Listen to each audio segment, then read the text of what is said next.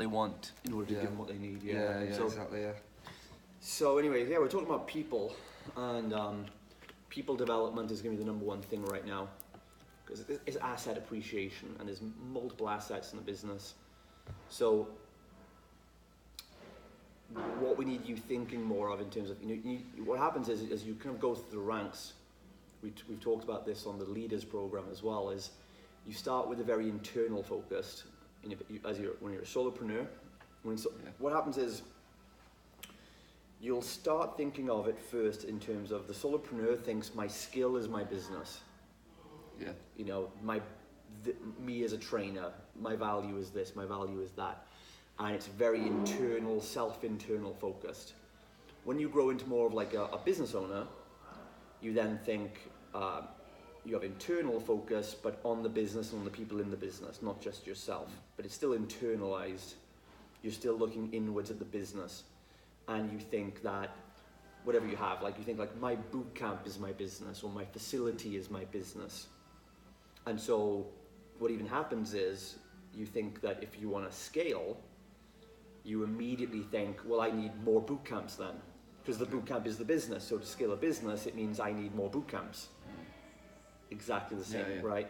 And this is not right or wrong. It's just a limited perspective of thinking.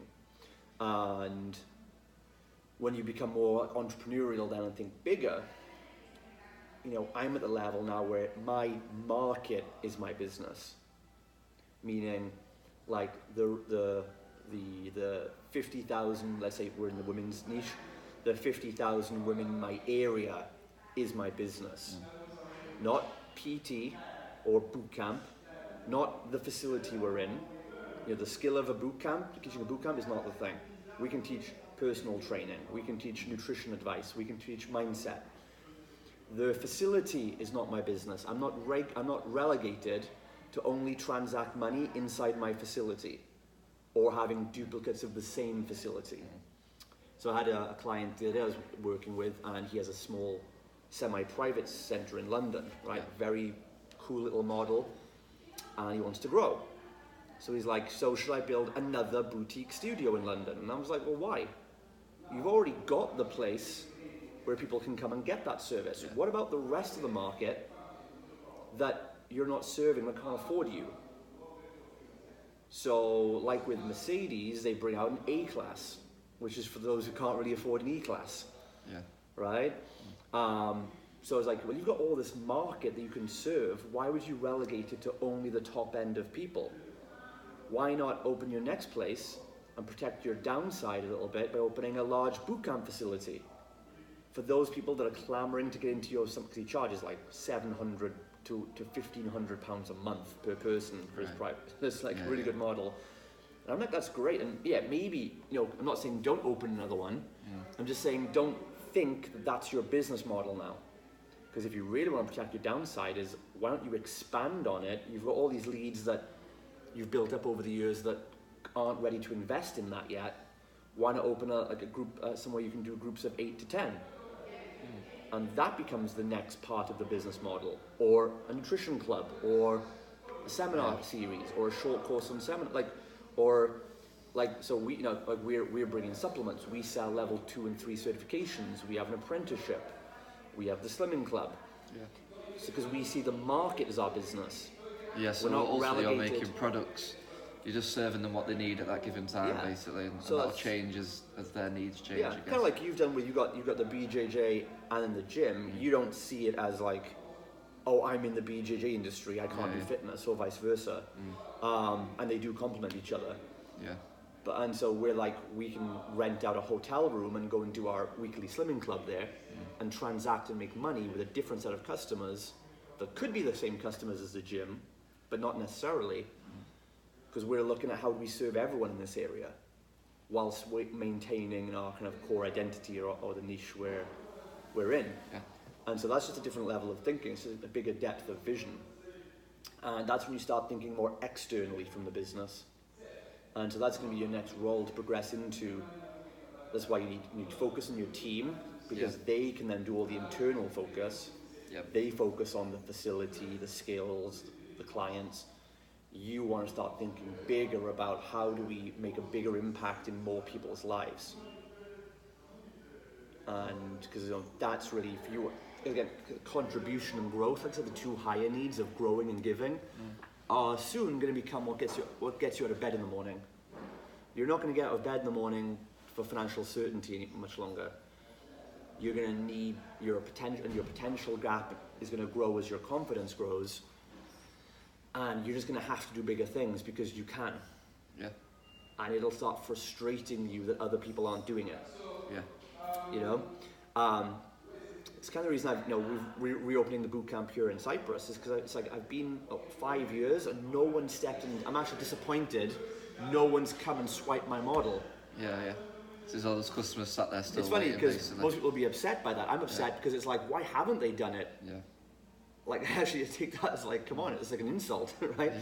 So I'm like, fine, we'll just do it ourselves then. We're gonna rebuild it and we're gonna dominate this time, and we're gonna do it because this town deserves better.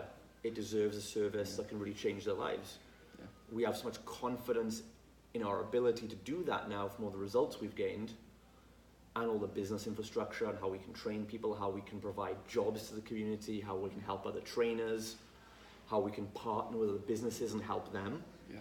I'm so far away now from looking at just the clients. It's like our business is a vehicle that gives value to all these parties. It produces jobs, we're helping the council, we're helping the economy, we're helping local businesses thrive. And these things aren't like tactics now. Again, at the lower level, when you're thinking the business is your skill or your facility, you're like, oh, I can partner with a hairdresser as a tactic to get more clients. Now it's more like, it's like a duty, it's like a responsibility. Yeah. Of we're building this audience. I have the influence over thousands of women in the area on our Facebook group, our email list, our client base. And if I go and find a good smoothie restaurant or a good vegan restaurant, I'm going to be like, you guys need to get heard of. I'm going to tell all my people to come to you. Because you need to, and if you want help with business and mentoring, let's all grow together. Yeah. If we build a bigger pie for everyone, we all get to eat. And that's just how I think about things now. And, you know, it comes from a sense of like duty and responsibility rather than, you know, if we see other boot camps doing similar things to us, it's like, this is a tough one to explain, right? Because it's like, well, it will come across when we want to dominate and things, it comes across like we've got this fuck everyone else, if they're in our path, destroy them mentality, and we haven't. I don't want to cause someone to suffer financially, but at the same time, because this 7-year cycle is all about talent acquisition and development, I know that the next 3 people out there, like doing boot camps or similar things to us, are struggling. They're stubbornly refusing to quit. And those people will be much, much happier just getting paid a set salary or retainer to do that job under somebody else. So we'll see other boot camps trying to do the same thing as us and be like, look, pal, like, don't take this in the wrong way, but like, we're gonna take over. And if you're not kind of with us, I'm not saying you're against us, but you're gonna be made invisible. Yeah. And that's not a brag, it's just, this is what's gonna happen, like whether you like it or not, because of many reasons. And we're like, we just wanna give you an opportunity. If we like what you do, we like what you stand for, you're a great trainer. Do you really want to go through this business stuff? Do you really care about marketing and having to learn ads and having to learn sales? Or do you just want to be a trainer and work somewhere you can do all this stuff for half the hours, get paid the same or more money than you're currently getting, and be given the growth and given the responsibility and given more entrepreneurial opportunities without all the risk? Yeah. And 9 out of 10 of them are like, oh my God, I would love it if that happened. But what do they say? But there's no way to do that. Who employs people to do that? Yeah. Well, guess what? We do now. And they're like, whoa, right? That's the opportunity that we have in front of us that we've worked hard over the last 7 years to create. You know, guys like me and you, we've done that. And so that's our opportunity now we've got to run with. Of like, it's literally, it's like, it's not about sucking up the clients. It's about sucking up the competition.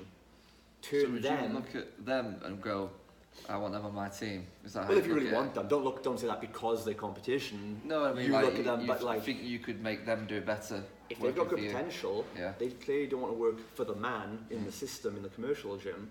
But I bet 9 out of 10 of them, their ego might get in the way a little bit. But if they can believe in your vision and they see what you're doing and what you're all about and your brand, the goal is to get all the trainers in the area wanting to queue up to work with you.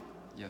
So you want to get all the prospects are queuing up to work to be clients of yours, to pay you, but all the trainers queuing up to want to work for you or with you, because they know they're going to succeed a lot faster that way. And that's really, when it comes to local market domination, it's not paying more for ads.